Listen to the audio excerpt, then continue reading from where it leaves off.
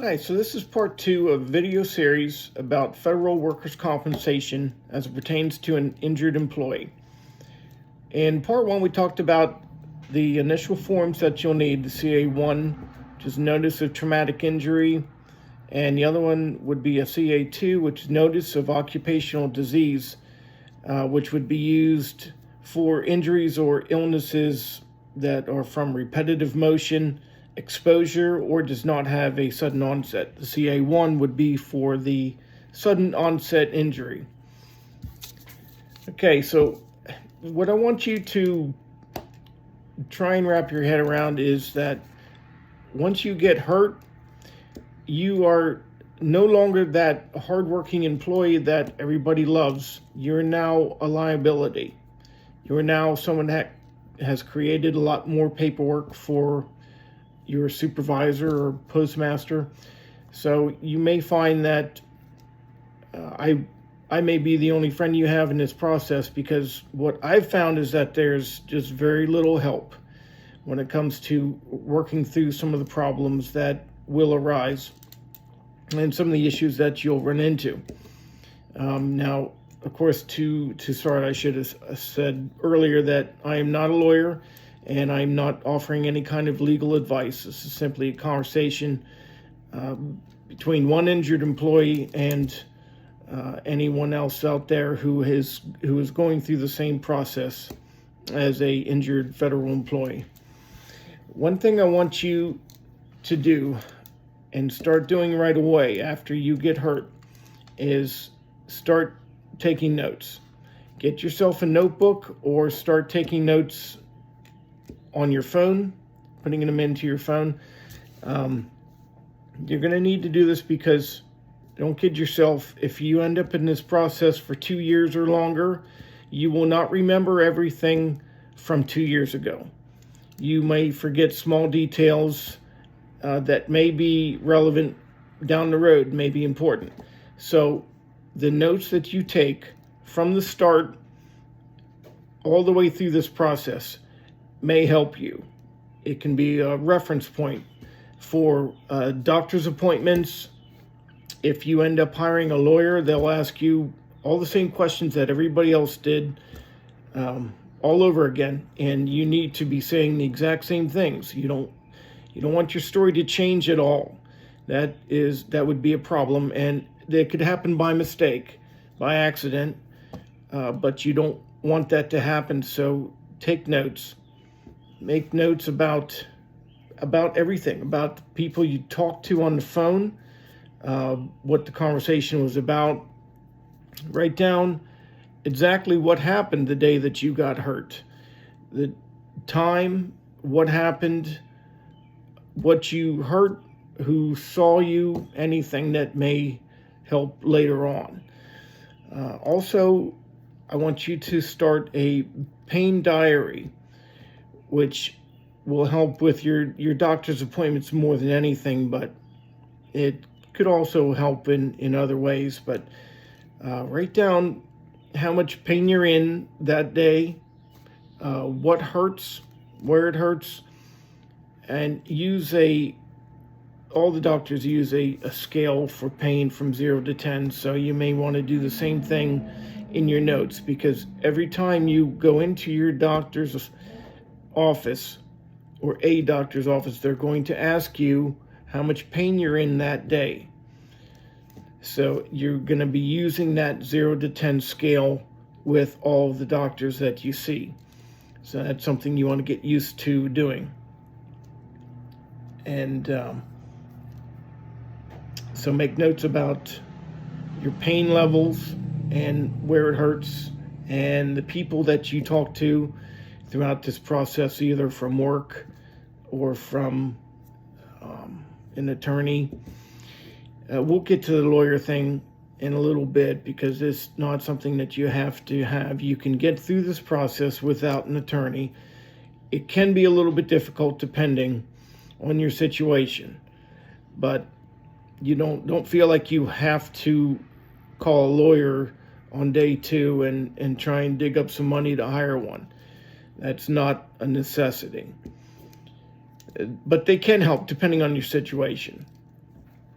But first things first, you get your injuries assessed and determine whether or not you're going to be needing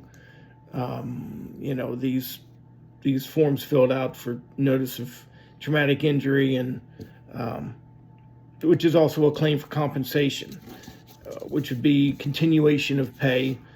Most of the time is what they do, which would continue your pay for 45 days after the injury.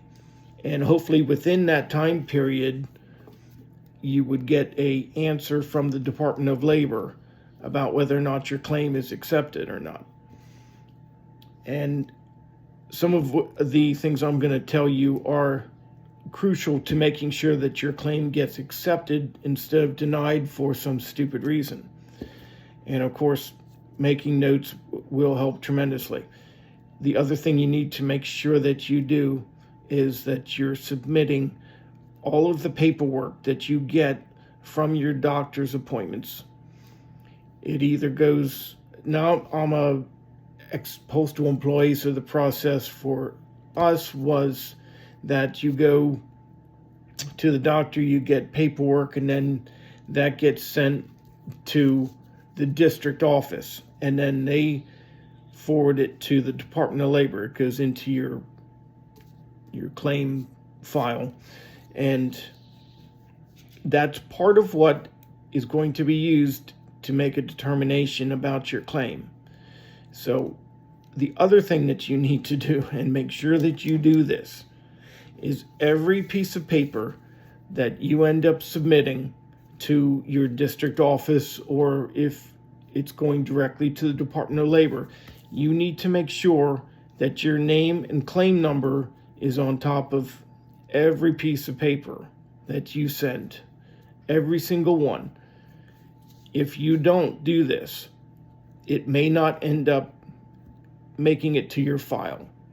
There is a room full of fax machines at the Department of Labor, and your information comes through any one of those fax machines, and it's gathered by who knows who, and they distribute that into the claims files according to the claim number, or at least your name.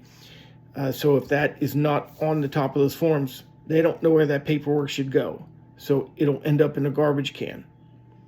And that's what happened to me. I had forgotten to put my name and claim number on some of the paperwork from my doctors. And so my initial claim ended up denied because they didn't get all of the information that they needed. It was obviously a good claim, but they had very little information. And I had gotten little to no help from the district office, who has people there whose job is to help the injured employees. But what you may find is that these people, at least some of them, may suck at their job, and they may not be telling you what you need to know. And this is what creates a problem. And what you don't want is a denied claim when it should have been, a simple injury that there should be no questions asked. You certainly don't want to have to go through the process of trying to fix a denial. And that we'll get into some of that, because there are a lot of issues that come up, and that becomes a problem, especially with pay, because they'll just stop paying you. All of a sudden, you're still hurt, but you have no money coming in, and they will not care. Nobody will. So make sure that you are writing your name and claim number on top of every piece of paperwork that is going to end up submitted to the Department of Labor in regards to your claim. And make sure that you're getting everything that you can get from your doctors. And you need to make sure that you're notifying any of these doctors that you may see beforehand that you're an injured federal employee, because some doctors will not handle federal workers' compensation. It is a completely different animal from state workers' comp.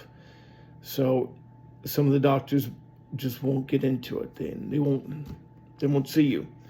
And then make sure that you're making notes about your pain, what hurts where, how much, and of course, anyone that you're talking to, make notes about the people that you're having conversations with on the phone, either from work or from anywhere else. As long as it pertains to your injury, you want to make notes about it. The other thing is that you will run into issues about your employer not helping you and not telling you what you need to know. So I do hope that what I'm telling you through these videos will be a help. I am not an expert in this matter. I just know way more than what I ever wanted to know about the situation because of all of the problems that I've encountered. So the next videos we'll get into some of the other forms and certain things that you need to do when you go to your doctors. So we'll pick this up again. Be safe and be well.